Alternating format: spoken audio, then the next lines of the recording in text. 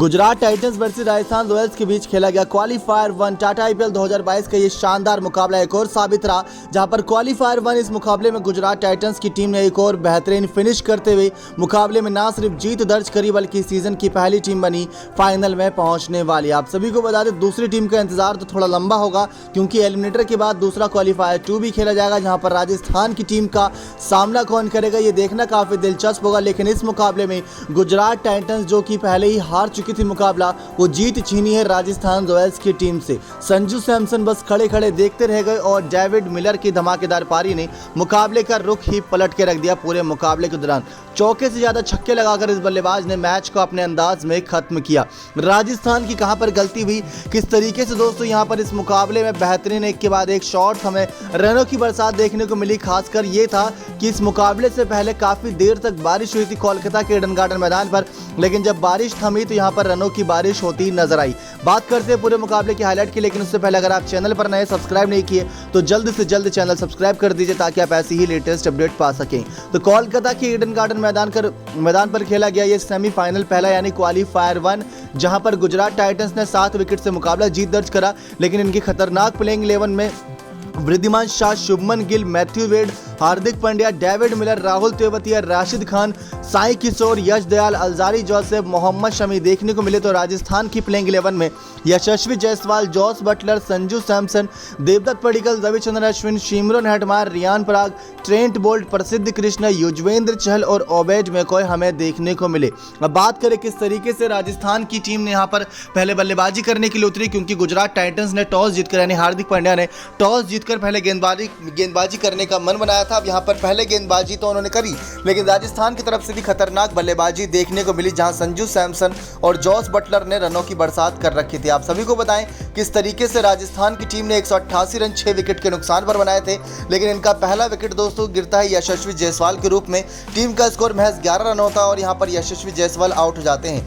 8 गेंदों में 3 रन बनाकर यशस्वी जायसवाल आउट होते हैं तो यश दयाल उनका विकेट चटकाते हैं, वृद्धिमान शाह उनका कैच पकड़ते हैं। तो दूसरी तरफ जॉस बटलर की बात करें, जॉस बटलर एक बहुत ही लंबी आतिशी पारी खेलते हैं, शुरुआत से लेकर अंत तक ये बल्लेबाज टिका होता है। संजू सैमसन और जॉस बटलर के बीच अच्छी खासी पार्टनरशिप होती है। मिडिल ओवर के स्कोर में जहां पर 11 रन पर पहला विकेट गिरता है तो 79 यानी कि 79 रन पर आता है दूसरा विकेट 10वें ओवर की 5वीं गेंद पर संजू सैमसन के रूप में। तब तक संजू सैमसन अपने बल्ले से कमाल दिखा चुके होते हैं। 26 गेंदों में 47 रन की पारी संजू सैमसन के बल्ले से आती है। 5 चौके 3 छक्के की बदौलत 180 का इस बीच इनका स्ट्राइक रेट रहता है। साई किशोर इनका विकेट चटकाते हैं, अल्जारी जोसेफ इनका कैच पकड़ते हैं। 10वें ओवर की 5वीं गेंद पर इनका विकेट गिरता है। फिर उसके बाद दोस्तों जॉस बटलर का साथ देने के लिए देवदत्त पडिक्कल आते हैं, वो काफी देर तक बल्लेबाजी करते हैं। 20 गेंदों पर 28 रन देवदत्त पडिक्कल बनाते हैं, 2 चौके 2 छक्के की बदौलत 140 का इस बीच उनका स्ट्राइक रेट रहता है। लेकिन जॉस बटलर की बात करें तो वो मतलब करीब 30-35 गेंद तक तो 100 के स्ट्राइक रेट से बल्लेबाजी कर रहे थे। स्ट्राइक रेट मतलब बहुत कम था, लेकिन जब उनका 50 कंप्लीट हुआ उसके बाद जो उन्होंने अपना बल्ला चलाना शुरू करा वो सब देखते ही रह गए। संजू सैमसन की पारी अच्छी थी, देवदत्त पडिक्कल की पारी अच्छी थी, लेकिन शिमरन हेटमायर से जो उम्मीद की जा रही थी एक फिनिशर टच देंगे और जो स्कोर करीब 180 या 170 दिख रहा है उसको 200 तक पहुंचा देंगे, लेकिन शिमरन हेटमायर बल्ले से वो रन आए नहीं। दूसरी तरफ जॉस बटलर अकेले पड़ते नजर आए। जॉस बटलर अकेले ही दमदार पारी खेलना शुरू कर दिए। शिमरन हेटमायर और जॉस बटलर के बीच पार्टनरशिप होती है, जहां पर 116 रन पर तीसरा विकेट गिरता है दोस्तों यहां पर राजस्थान की टीम का, लेकिन 161 रन पर फिर चौथा विकेट आता है, यानी कि 45 का करीब पार्टनरशिप होता है, लेकिन इसमें से सिर्फ 4 रन तो शिमरन हेटमायर के होते हैं, बाकी 41 रन आते हैं जॉस बटलर के बल्ले से। जॉस बटलर अपने बल्ले से कमाल दिखाते हैं, महज 56 गेंदों में 12 चौके 2 छक्के की मदद से एक बड़ी पारी खेलते हैं करीब 158 के स्ट्राइक रेट से। रियान पराग भी 3 गेंदों पर 4 रन बनाकर आउट होते हैं, उनका तो रन आउट काफ़ी इंटरेस्टिंग होता है। लेकिन जॉस बटलर की बात करें तो इनका 50 कंप्लीट होते ही चौके छक्कों की बरसात करते हैं। 42 बॉल में करीब यानी कि 42 गेंदों में इनका 50 कंप्लीट होता है, तो 56 गेंदों में 89 रन की पारी खेल के जाते हैं, यानी कि उस 14 गेंदों में इन्होंने काफ़ी आतिशी पारी खेली और यही आतिशी पारी टीम के स्कोर को बढ़ाती नजर आई। 56 गेंदों में 89 रन बनाए थे, लेकिन 20वें ओवर की 5वीं गेंद पर ये रन आउट हो जाते हैं, क्योंकि वो एक तरीके से आखिरी गेंद थी और उस पर डबल रन भागना तो बनता ही था, लेकिन 2 रन भागने के चक्कर में आउट हो जाते हैं। लेकिन वो गेंद भी नो बॉल होती है, फिर दोबारा गेंद फेंकनी पड़ती है दोस्तों यहाँ पर यश दयाल को, और रियान पराग भी यहाँ पर आखिरी गेंद पर जब वो वाइड होती है तो रन भागने के चक्कर में अश्विन दूसरे छोर पर खड़े रहते हैं, लेकिन रियान पराग भी रन आउट हो जाते हैं।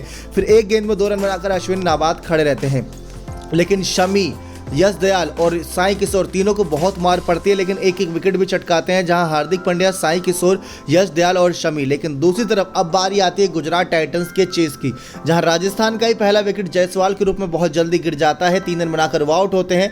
तो यहीं दूसरी तरफ दोस्तों ट्रेंट बोल्ट भी पहले ओवर में ही विकेट ले लेते हैं। वृद्धिमान शाह जो होते हैं वो महज 2 गेंद का सामना करते हैं और बिना खाता खोले आउट हो जाते हैं ट्रेंट बोल्ट की गेंद पर, दूसरी ही गेंद पर। तो यहाँ बिना खाता खोले टीम का अब जब पहला विकेट गिर चुका था तो कोई भी टीम यहाँ से हड़बड़ाती नजर आती, लेकिन वो हड़बड़ी नहीं दिखाई। शुभमन गिल और मैथ्यू वेड ने, दोनों बल्लेबाजों ने मिलकर काफी अच्छी पार्टनरशिप करी और तेज गति से पार्टनरशिप करी। 72 रन की पार्टनरशिप थी। 8वें ओवर की चौथी गेंद तक शुभमन गिल ने जहां पर करीब बात करें तो 21 गेंदों में 35 रन 5 चौके 1 छक्के की मदद से मारे थे और बहुत तेजी से ये रन बना रहे थे, लेकिन रन आउट हो गए थे मैथ्यू वेड के चक्कर में, क्योंकि 2 रन भागने में चले और मैथ्यू वेड ने दूसरा रन भागने से मना करा और शुभमन गिल रन आउट हो जाते हैं। इसके बाद भी मैथ्यू वेड की पारी जारी रहती है। मैथ्यू वेड का साथ देने के लिए कप्तान हार्दिक पांड्या आते हैं, लेकिन दोनों बल्लेबाजों के बीच महज 13 रन की करीब पार्टनरशिप देखने को मिलती है, जिसमें मैथ्यू वेड करीब 30 गेंदों में सिर्फ 35 रन बनाकर 6 चौके की मदद से आउट हो जाते हैं। ओबेड मैकॉय की गेंद पर जॉस बटलर इनका कैच पकड़ते हैं बाउंड्री पर। मतलब मैथ्यू वेड जो शॉट लगाते हैं ना, वो शॉट देखकर ओबेड मैकॉय को लगता है कि शानदार छक्का गया है।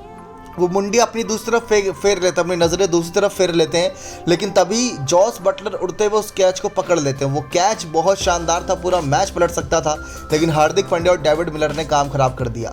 ओबेड मैकॉय को भी यकीन नहीं हुआ कि वो कैच जॉस बटलर ने पकड़ लिया, लेकिन ये हकीकत में उन्होंने वो कैच लपक लिया था। लेकिन इसके बाद जब मैथ्यू वेड का भी झटका लगा तो हार्दिक पांड्या का साथ देने के लिए डेविड मिलर आए। इस सीजन इनकी कहानी कुछ अलग ही थी। इनको कोई ऑक्शन में खरीदना नहीं चाहता था डेविड मिलर को, लेकिन 3 करोड़ की कीमत में गुजरात टाइटंस टीम ने खरीदा और पैसा वसूल साबित हुए killer Miller, David Miller. Hardik Pandya और डेविड मिलर के बीच अगर बात करें, जहां 85 रन पर तीसरा विकेट गिरा था, तो 191 रन तक कोई विकेट नहीं गिरा और टीम आसानी से ये मैच जीत जाती है। 106 रन की पार्टनरशिप होती है डेविड मिलर और हार्दिक पांड्या के बीच। 10वें ओवर की तीसरी गेंद तक टीम का स्कोर 85 रन होता है, यानी करीब 10 ओवर में 100 रन की आवश्यकता थी और वो 100 रन बना दिए इन दोनों बल्लेबाजों ने मिलकर।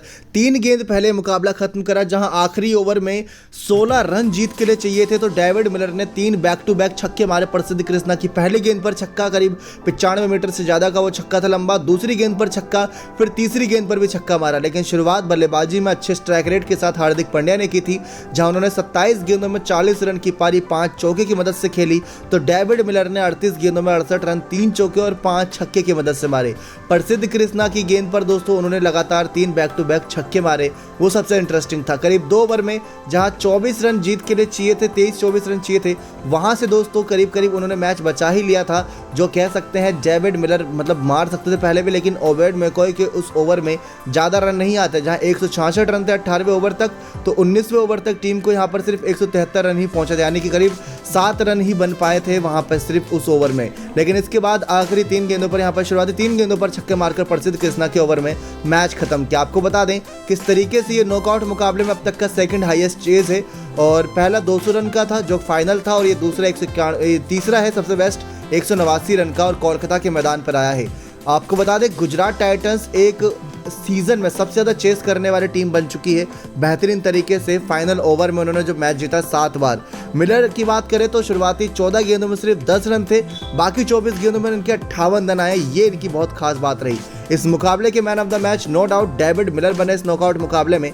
अब आपको बताते हैं दरअसल दोस्तों अगला जो मैच होना है वह आरसीबी वर्सेस एलएसजी यानी बेंगलोर वर्सेस लखनऊ के बीच होना है, जो कि 25 तारीख को ही मुकाबला होना है कोलकाता के ईडन गार्डन पर, जहां पर बेंगलोर के लिए सब दुआएं ज़्यादा मांगेंगे क्योंकि लंबे समय से टीम जीत नहीं पा रही है। लेकिन दूसरी तरफ गुजरात टाइटंस फाइनल में पहुंच चुकी है, जहां 29 तारीख को अहमदाबाद के मैदान पर इनका फाइनल होगा। लेकिन दूसरी तरफ आपको बता दें किस तरीके से गुजरात टाइटंस पहुँच चुके फाइनल में, तो राजस्थान को 27 तारीख को एक और मौका मिलेगा, जो कह सकते हैं कि 27 तारीख को कौन उनका सामना करता है ये देखना दिलचस्प होगा। गुजरात टाइटंस तो मतलब पहुंच चुकी है राजस्थान के सामने, लखनऊ और बेंगलोर में से कौन सी टीम एलिमिनेटर में जीत कर आएगी।